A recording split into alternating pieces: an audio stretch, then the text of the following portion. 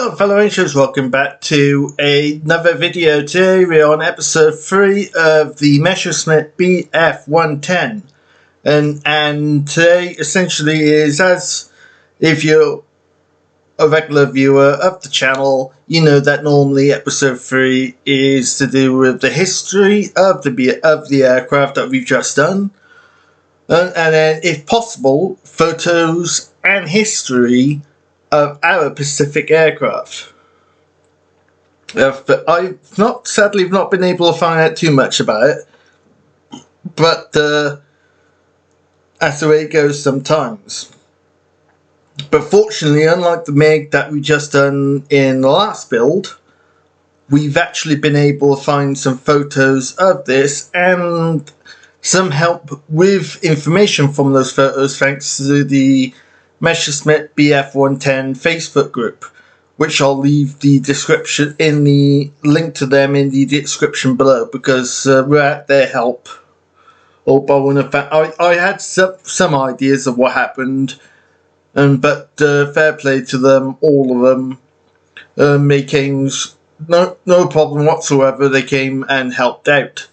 So right, first of all, we'll do the history of the bf110 as a whole, and then we'll do that straight away. Then the history of the actual one, our one, or with the information that we do currently have of it.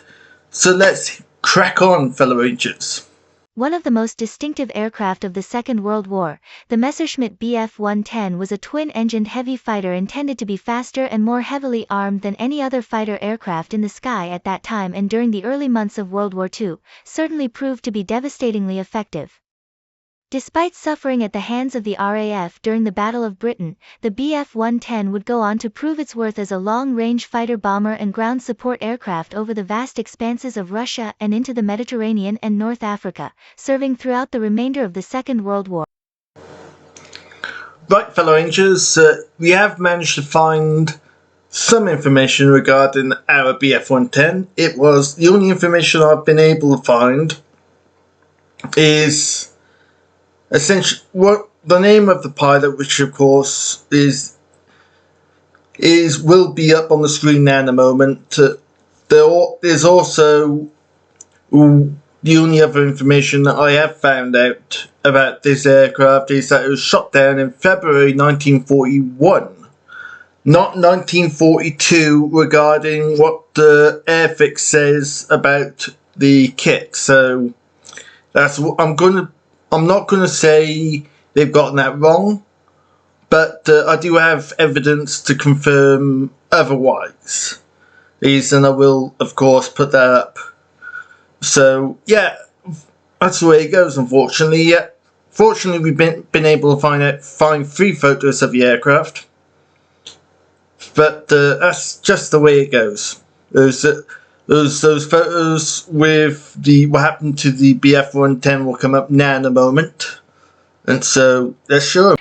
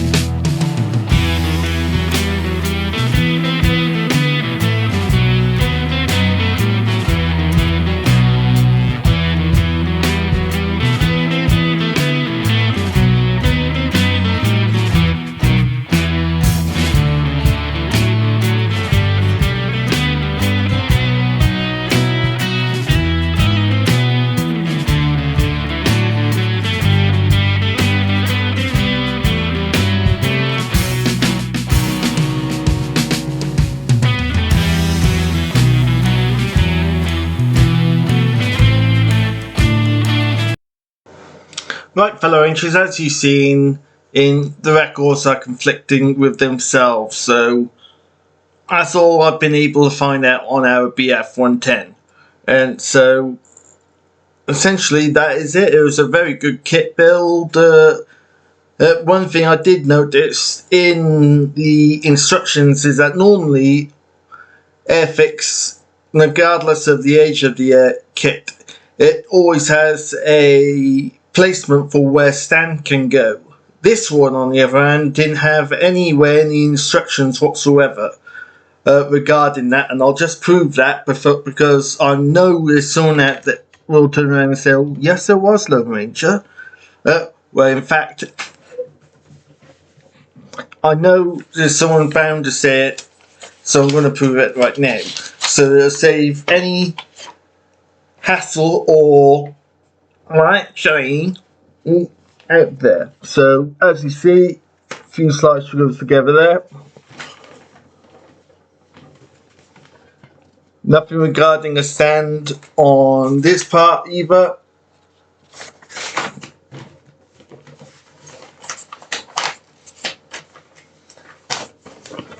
Nothing here.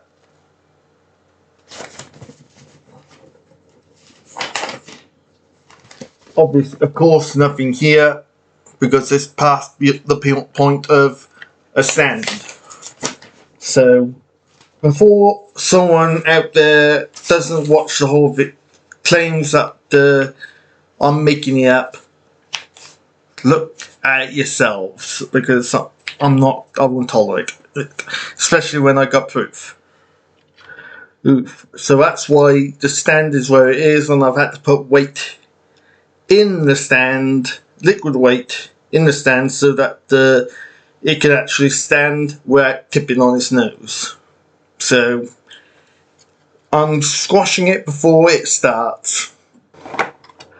Right, fellow Rangers, this is a part of the video where I essentially mentioned the charity that I've been given permission to give a shout out, and that is a particular charity which helps out a lot of British veterans, men and women of all the armed forces in Britain, and with lots of stuff like PTSD and other forms of mental health awareness. Essentially, it is Models for Heroes. Yes, Models for Heroes. They are pretty much, they've got their own YouTube channel as well. So, of course, that'll be in the link in the description below.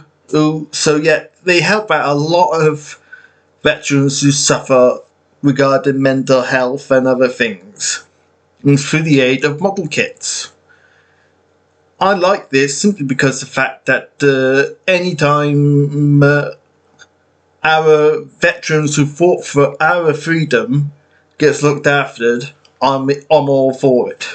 So another reason why I like this charity is not just one way of supporting them. There's 3 ways of supporting them, which I like. Option 1, of course, financially.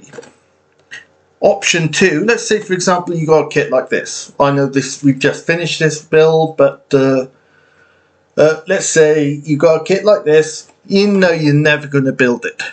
You can donate that to Models for Heroes, and essentially the kit doesn't go to waste, and you're helping out a veteran. Win-win. The other way, which I'm doing because rather than financial, they can still get things from this, and that is essentially Airfix has of course, a club, an Airfix club, where on each Airfix kit you get these flying tokens, and if you get enough tokens, you can redeem them and claim a kit. Or another way that you can do them, like myself, if you're not part of the Airfix club, is cut these tokens out because every single Airfix kit has got them, regardless of what it is. It could be a tank, it could be a car, it could be a ship, it could be a plane. If it's an Airfix product, then it's definitely got it. So what I'm doing is I'm building up enough of them so then I can send them off to Models for Heroes so that they can redeem them for a kit. That's what I love about them. The links to Models for Heroes are in the description below.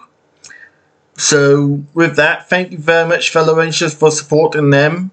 If you do decide that's what you'd like to do, they fought for us, for our safety and our protection. So I personally think we should look after them. Right, that is it now for the bf110 build. It's been a very interesting kit. I think I've done fairly well regarding the aircraft itself. Of course, I didn't do all the tiny water slides I could have, but then I'd end up pulling my hair out and being bald as a plucked chicken, as I suffer with tremors. So essentially, there wouldn't be no point. So that's it for now for this bf110. Amazing aircraft. Right. The next build on the channel, of course, my father's picked again, and I think he's picked another good choice, and that is the Hawker Tempest Mark V post-war. So yes, it's certainly going to be an interesting kit to do. So if you have liked today's video, please put a like on it, as it would be very much appreciated. Also, if you're new to the channel, please consider subscribing to the channel, as one, that would be very helpful to me, and two, it is everyone who does subscribe to the channel, it is very, very, very much appreciated. So thank you very much, fellow Rangers. So right, that is it for now, fellow Rangers. Hope you enjoyed it.